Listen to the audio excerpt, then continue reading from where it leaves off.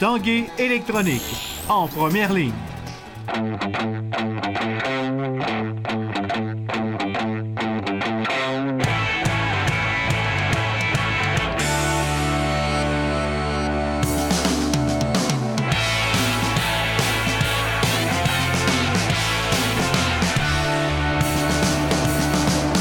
À tous, bon début de semaine. Bienvenue à l'Esprit sportif. Dans l'émission aujourd'hui, on revient sur les excellentes performances du Rouge et Or au football et de Michael Grenier en course automobile. Mais d'abord, parlons des Remparts de Québec qui ont conclu la dernière semaine avec une récolte de 5 points sur une possibilité de 6. Entre autres, 2 matchs en fin de semaine qui se sont terminés en fusillade. Nous avons rencontré l'entraîneur-chef des Remparts, Philippe Boucher.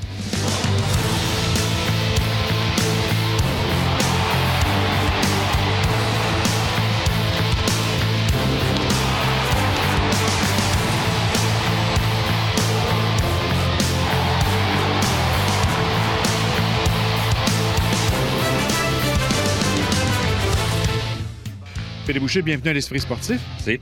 Parlons de cette dernière semaine des Remparts. 5 points sur une possibilité de 6. Tu es sûrement satisfait?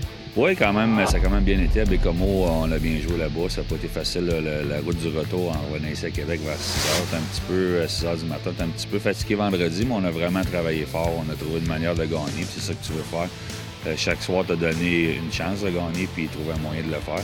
On l'a fait vendredi, puis hier, on aurait pu le faire encore à Chicoutimi contre une équipe qui a bien joué. On les a complètement dominés là, en première période, mais on les a mis en avantage numérique en fin de première. Ça nous a causé des problèmes. Puis, en shootout, on aurait pu trouver une façon là, de la mettre dedans, mais Xavier Potvin était très, très solide, tout comme Caleb Booth. Alors, on est allé chercher un autre point là, hier. Dutra le tire, ça dévie devant, Cox, il y a de retour et la balle! Et c'est l'égalité 2 à 2! Parlons du match de vendredi soir également qui s'est terminé en fusillade. Tu parlais de la fatigue. Là. Ça a joué beaucoup dans le résultat. La victoire était là, finalement. Oui, bien, le résultat était là. C'est la victoire qui importe. Là. C'est la progression de notre équipe qui importe, honnêtement. La victoire, avec le travail, la progression, les victoires vont venir. On savait qu'on était fatigué, on en avait parlé aux joueurs. Dans ce temps-là, tu peux pas jouer comme tu joues la majorité des soirs. Défensivement, il faut que tu fasses attention. Il faut pas que tu prennes de chance. Il faut que tu te fies que Caleb va faire les arrêts importants, puis qu'on va être opportuniste. Et puis on l'a été là, en fusillade à la fin du match. Tir de barrage au centre Vidéotron. Le tir de Mathieu Boucher! Les gars comme Louis-Philippe Côté qui joue son rôle, qui marque des buts. Andrew Coxhead également qui surprend. On voit vraiment le vrai joueur que tu as repêché. Bien, c'est le fun de voir ça. Louis-Philippe a juste 17 ans, marqué un but important. Coxhead nous est allé chercher le but égalisateur avec 1 minute. On a des jeunes de 16-17 ans qui jouent dans tous les rôles, appuyés par de bons vétérans. On parle beaucoup de nos jeunes. Faut pas négliger le rôle de nos vétérans, que ce soit Dutra, Maher en arrière, Boucher à l'avant, Garneau. Mais nos jeunes sont appelés à jouer dans des rôles clés, des minutes très, très importantes pour nous autres, puis ils le font très bien depuis le début de la saison. Il fait la différence match après match, Caleb Booth. Hier soir, à Chicoutimi, évidemment, c'était un duel de gardien de but. On a vu Caleb Booth qui a vraiment presque gagné la rencontre. Ben, oui et non. Là, les deux ont été très bons. Caleb nous a gardé dans le match. On sait qu'il peut le faire. Caleb, je le dis souvent, on parle souvent d'équipe à maturité, que ce soit Shawinigan, Saint-Jean cette année, ou en Orlando, mais on parle aussi de joueurs à maturité. Caleb est un gars qui est avec nous autres depuis 16 ans. 19 ans, est un joueur dominant pour nous autres. Il est un joueur qui se doit nous donner une chance de gagner à chaque soir, puis il l'a encore bien fait hier. Garneau conserve en territoire adverse. Et c'est la droite du filet. Gental. Beaucoup de temps de tir, le but! Derek Gental, avec tout le temps du monde, fait 1-1. Et il y a Derek Gentle qui a marqué le but hier, son 6e déjà. Ça égale son total de l'an passé. Ça va être un gars qui va être important pour toi cette année. Oui, très important. Son nombre de buts égale ce qu'il a fait déjà l'année passée. Notre nombre de victoires égale déjà ce qu'on a fait après Noël l'année passée. Mais on l'a fait en donnant du temps de glace justement à des gars que tu as nommés, Côté, Gentle, Huntley. Ça paye déjà. Puis c'est des joueurs. Gentle va être assurément dans les meilleurs marqueurs de la Ligue à 19 et 20 ans. C'est le fun de voir qu'il peut produire déjà un jeune âge. La saison est encore jeune. Tu es satisfait de ce que tu vois depuis le début de la saison? Oui, écoute, j'aurais aimé ça qu'on gagne hier. Là, on était proche. 6 victoires. On a 11 points là, en début de saison. Là, en 10 matchs, c'est quand même bien. 6 victoires, ça aurait été le fun. Ça aurait été plus, comme je le disais tantôt, plus que notre total de victoires l'année passée. On a misé sur la jeunesse. On fait un virage jeunesse. Les jeunes progressent. On travaille. Moi, ce que j'aime, c'est que les gars sont appliqués pendant les pratiques. Les gars se donnent. Les gars bloquent des lancers. On peut le voir dans le désavantage numérique. Là, c'est ce qui est probablement notre point fort cette année. Là. Les gars bloquent des lancers. Les gars s'impliquent. S'impliquent physiquement, veulent s'améliorer, sont fiers de porter le chandail des remparts. C'est ce qu'on leur a demandé, puis c'est de ça que je suis fier en début de saison. Pour Québec, c'est une grosse semaine qui s'amorce. C'était une semaine éreintante, mais celle qui s'en vient sera encore plus. 4 matchs en 5 jours. Comment tu vois ça comme défi? Écoute, c'est le fun d'avoir décalé la saison quand l'entraînement commençait un petit peu plus tard. On avait nos joueurs de campo de retour là, pour le début de la saison, mais ce qui fait qu'on joue plus de games de semaine. Ça va être notre 3e mercredi en ligne qu'on va jouer un match. On va jouer ici mercredi, contre Shawinigan, vraiment une puissance, la meilleure équipe de notre division. Puis après ça, on part sur la route pour 3 games en 3 jours. Alors, ça sera pas facile. C'est une semaine où on se devait donner une journée de repos aujourd'hui. On va pratiquer une fois cette semaine. On va pratiquer demain. Pour le reste, ça va être 4 matchs en 5 jours. On va encore tester notre jeune équipe. On va voir ce qu'on peut faire. Mais c'est des semaines éreintantes. Cela va venir probablement des semaines plus faciles pour nous autres un petit peu plus tard en saison, mais notre calendrier est très difficile en début de saison. Merci Philippe, bonne semaine. Merci.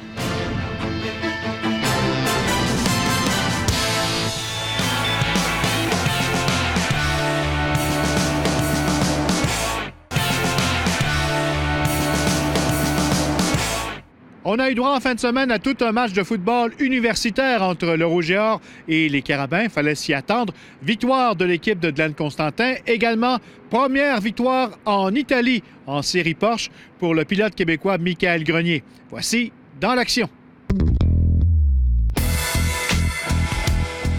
3e et 1, et on garde le ballon. Oh, ce sera... Et le Rouge et Or a arrêté. Le Rouge et Or reprend le ballon. On a arrêté Samuel Caron. C'est en stoppant Samuel Caron sur une faufilade du quart sur un 3e essai et une verge à franchir à la ligne de 19 que le Rouge et Or a confirmé une victoire de 22-19. Pour la toute première fois depuis le 26 octobre 2013, le Rouge et Or est parvenu à arracher un gain sur le terrain des Carabins à l'Université de Montréal.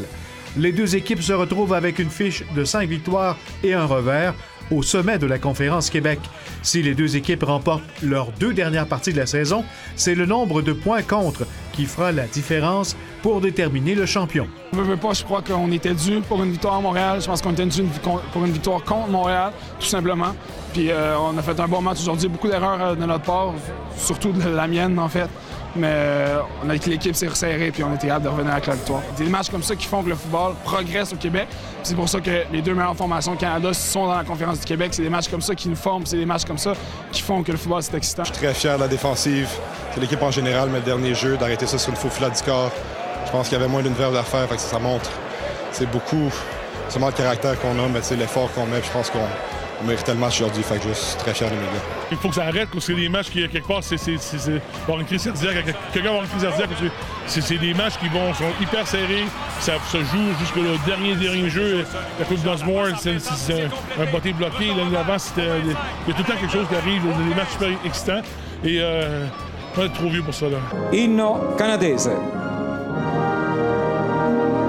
Le pilote québécois Michael Grenier a conclu en beauté sa première saison dans la série Porsche Carrera Cup en remportant la course de samedi disputée sur le circuit de Mugello. Il s'agissait de la première victoire pour Grenier qui a effectué tout un dépassement en fin de course pour prendre la première position. It's been difficult here, especially qualify for us. So it's been difficult in race to always start 5 and 6, and today we had a really good start. I knew I had to pass my teammate at the start, otherwise it would put away. And the race was great, the car very consistent. And at the end I slowed down a bit because I was nervous, but quite happy. La prima affermazione di Michael Grenier nella Carrera Cup Italia. C'est le cas de le dire, ça va marcher cette fin de semaine à Québec avec la présentation de la première édition de la Grande Marche dans la capitale. J'en ai parlé avec l'instigateur de cet événement, nul autre que Pierre Lavoie.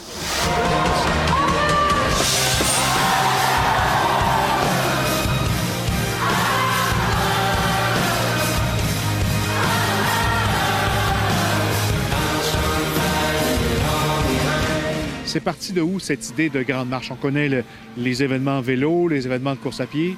Bien, c'est parti, finalement, on essaie toujours de démocratiser le sport, l'activité physique. Donc, on s'est dit, si on attend que tout le monde ait un vélo pour changer notre société, pour qu'elle soit plus active, on n'y arrivera jamais.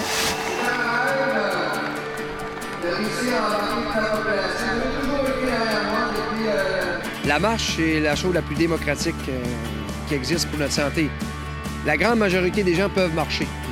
Et on s'est dit, organiser des marches, à ce moment-là, ça va vous permettre d'inclure, oui, les enfants, oui, les parents et également les grands-parents. Les médecins de famille du Québec, encouragés par le grand défi Pierre Lavoie, sont à la base d'un grand changement. Les médecins, maintenant, on le sait depuis 1 an, prescrivent de l'activité physique à leurs patients, mais prescrivent surtout de la marche, qui nous permet à la fin, oui, les patients vont commencer à marcher dans leur quartier, mais il n'y a rien de mieux qu'un événement rassembleur où tout ça converge vers, justement, à Québec, cette grande marche de 5 km qui, en passant, est non chronométrée, donc qui coûte rien, c'est gratuit. Il y a un spectacle. Donc, on a voulu ça que ce soit, oui, ou en plein centre-ville, pour montrer qu'il y a beaucoup de gens maintenant qui ont pris le virage de leur santé. Donc, aujourd'hui, il faut prendre ce virage et se responsabiliser et s'engager envers notre santé. Et la grande marche, c'est exactement ça. Ça a débuté l'an passé avec Montréal et Saguenay. Ces 2 villes-là reviennent encore cette année, en plus de Québec. Et on s'attend à une participation record cette année? Bien, moi, je m'attends que Québec va battre toutes les villes. Sincèrement, il y a une grande rivalité entre Saguenay et Québec, et il y en a une grande entre Québec et Montréal. Vous donnez des chiffres de l'an passé, il y a eu 5 000 marcheurs à Saguenay et il y en a eu 8 000 à Montréal. On a travaillé fort, ça coûte rien, c'est gratuit. Il y a un spectacle, une collation après, puis le parcours est sécurisé. Donc, venez tous ensemble, venez avec vos enfants. Surtout, moi, ce que je rêve tout le temps, c'est de voir les familles qui viennent avec leurs enfants, qui font des cubes énergie. Bien, ils reviennent finalement participer et d'être un exemple pour leurs enfants. Si j'aurais 3 choses à souhaiter, bien entendu, la première, faites-le pour vous, pour votre santé. La deuxième, faites-le pour être un modèle pour vos enfants. Puis la troisième raison, faites-le pour notre système de santé qui en a tellement besoin. Merci beaucoup, Pierre. Merci.